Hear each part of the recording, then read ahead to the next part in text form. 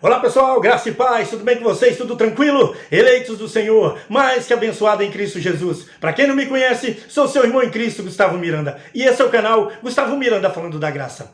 Eu quero hoje aqui agradecer os novos inscritos, vocês que estão chegando aí para somar junto com a gente, beleza? Seja bem-vindo e eu agradeço de coração pela força de vocês, tá bom? Quero também dizer que aquele que curtir e comentar o vídeo, esse vídeo, eu quero estar falando o nome dele, agradecendo, falando o nome dele no próximo vídeo, beleza? Então você que puder aí, nos dar essa força aí, curtindo e comentando esse vídeo, eu quero falar o nome de vocês, no próximo vídeo, agradecendo e falando o nome de vocês, tá bom? É isso aí, sem mais delonga, quero deixar aqui mais um pequeno vídeo que o nosso irmão e amigo Elcio Jesus do canal Elcio Jesus /MGV está trazendo para nós, beleza? É isso aí, mente de Cristo ativada, pede o Espírito Santo para abrir o seu entendimento e vamos pro vídeo.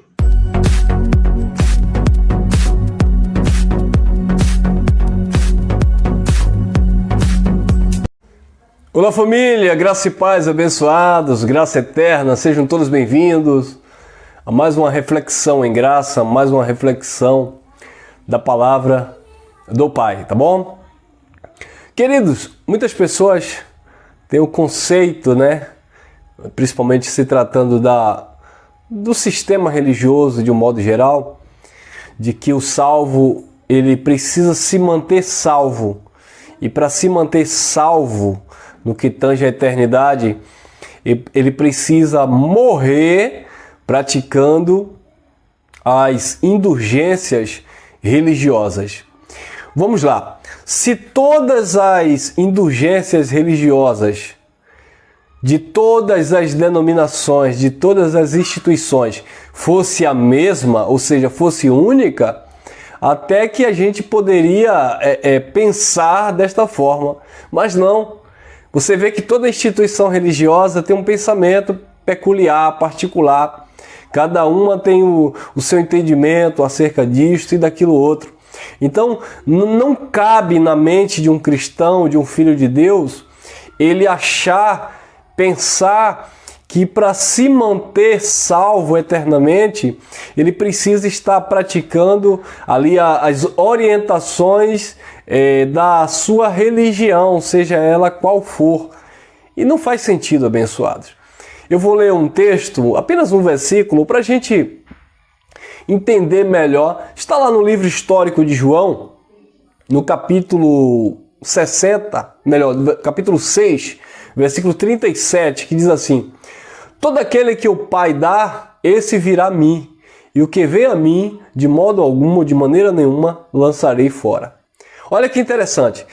Todo aquele que o Pai, disse Jesus de Nazaré, todo aquele que o Pai lhe concede, todo aquele que o Pai lhe dá, todo aquele que o Pai, o Eterno, deu a Cristo, a Jesus, todo aquele que o Pai me dá, este que o Pai me deu, virá a mim.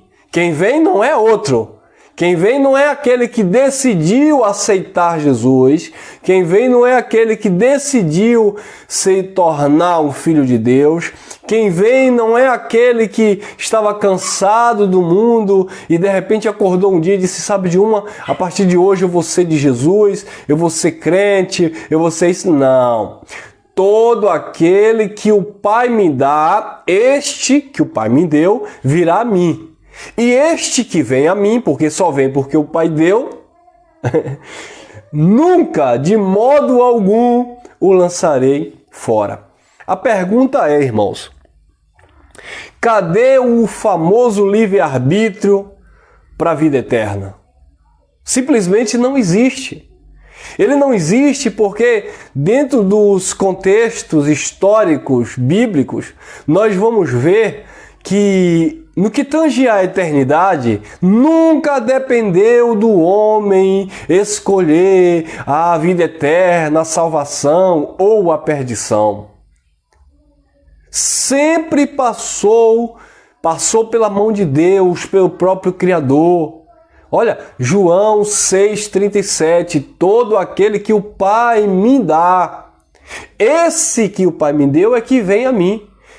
E esse que vem a mim, de maneira nenhuma eu lanço fora. Ah, irmão, tá vendo? Tem que ir a Ele, tem que vir a Jesus. Ou seja, tem que aceitar a Jesus. Mas ninguém aceita, ninguém confessa, ninguém vem a Jesus se não foi concedido por Deus. Todo aquele que o Pai me dá, disse Jesus, este que o Pai me deu é que vem a mim. E o que vem a mim, de maneira nenhuma eu lançarei fora, ou seja, não se perde.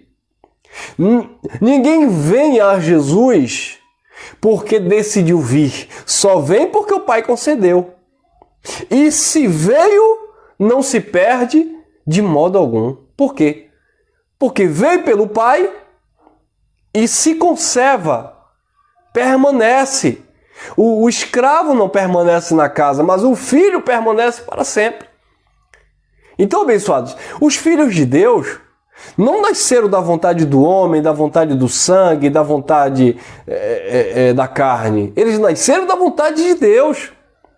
Romanos capítulo 8, versículo 29 ao 30, diz: aos que antes conheceu, aos que antes ele conheceu, também predestinou, e aos que predestinou também justificou, e aos que justificou também santificou, os que santificou glorificou.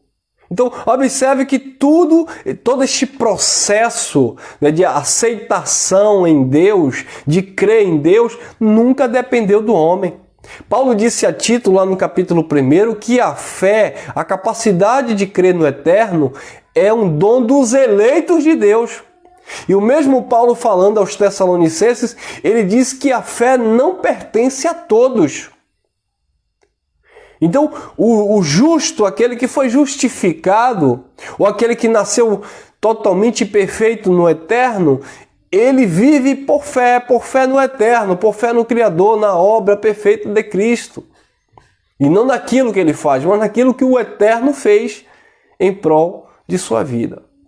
Tá bom, queridos? Então, fica aqui só esta reflexão para a gente pensar um pouquinho, né? Para você, talvez, que está assistindo pela primeira vez, você que pertence a uma denominação evangélica, católica, enfim. Pense fora da caixinha da religiosidade.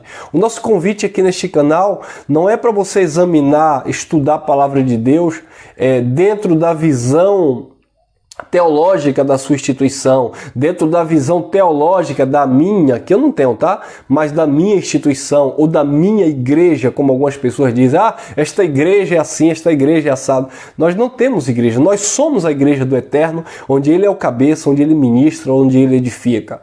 Mas quando nós lemos a palavra de Deus, quando nós lemos o Evangelho, nós não podemos, sabe, abençoado, ficar preso ao entendimento teológico, ao entendimento limitado, restrito da visão religiosa que você faz parte. Então, todo religioso, ele só lê as Escrituras se fundamentando, se baseando naquilo que o seu líder, que o fundador da sua instituição escreveu, daquilo que o fundador da sua instituição pregou. Pode ser assim. Precisamos olhar para as Escrituras com olhos iluminados e deixar a própria Escritura ministrar no nosso espírito. O próprio Evangelho, ele tem respaldo, porque a palavra de Deus, ela é viva e é eficaz e é mais penetrante do que espada alguma de dois gumes. Se eu te conduzo a ler o Evangelho de acordo aquilo que eu acho, que eu quero estabelecer para uma instituição, aí eu vou te corromper. Mas se eu levo você a pensar pelas Escrituras, eu levo você a meditar pela palavra, você aí sim vai crescer na graça, no conhecimento do Eterno e entendendo que a vida eterna está nele e somos quem somos pela sua graça. Disse Paulo, escrevendo lá aos Romanos, não depende de quem quer. Está lá no capítulo 9 da carta aos Romanos, Deus falando: para isso levantei Faraó, falando com Moisés, e Paulo repete, né, essa história que aconteceu lá em Êxodo capítulo 7. Paulo diz: por isso Deus falou a Moisés, para isto levantei Faraó, para nele manifestar minha grandeza, o meu poder. Ele endureceu o coração de Faraó para manifestar o seu senhorio e a sua onisciência, a sua onipotência, a sua onipresença. Então, não depende de quem quer, não depende de quem corre, mas de quem Deus se compadece e usa de misericórdia. Lá no versículo 18 do capítulo 9, na carta aos Romanos, ele diz: por isso ele amolece a quem quer, ele também endurece a quem ele quer. Então, abençoados, somos quem somos pela graça dele. Precisamos reconhecer isso, que ele nos vocacionou com a santa vocação, ele nos chamou para sermos de fato filhos abençoados com todas as sortes de bênçãos. E como filhos que somos, devemos louvar, exaltar e engrandecer, reconhecendo o seu senhorio sobre as nossas vidas, tá bom? Deixo aqui essa reflexão, sabendo que Ele, o Eterno, é que nos chamou, nos vocacionou, e aquele que Ele chamou, vocacionou, derramou esse dom da fé, manifestou essa graça, de maneira nenhuma Ele lançará fora.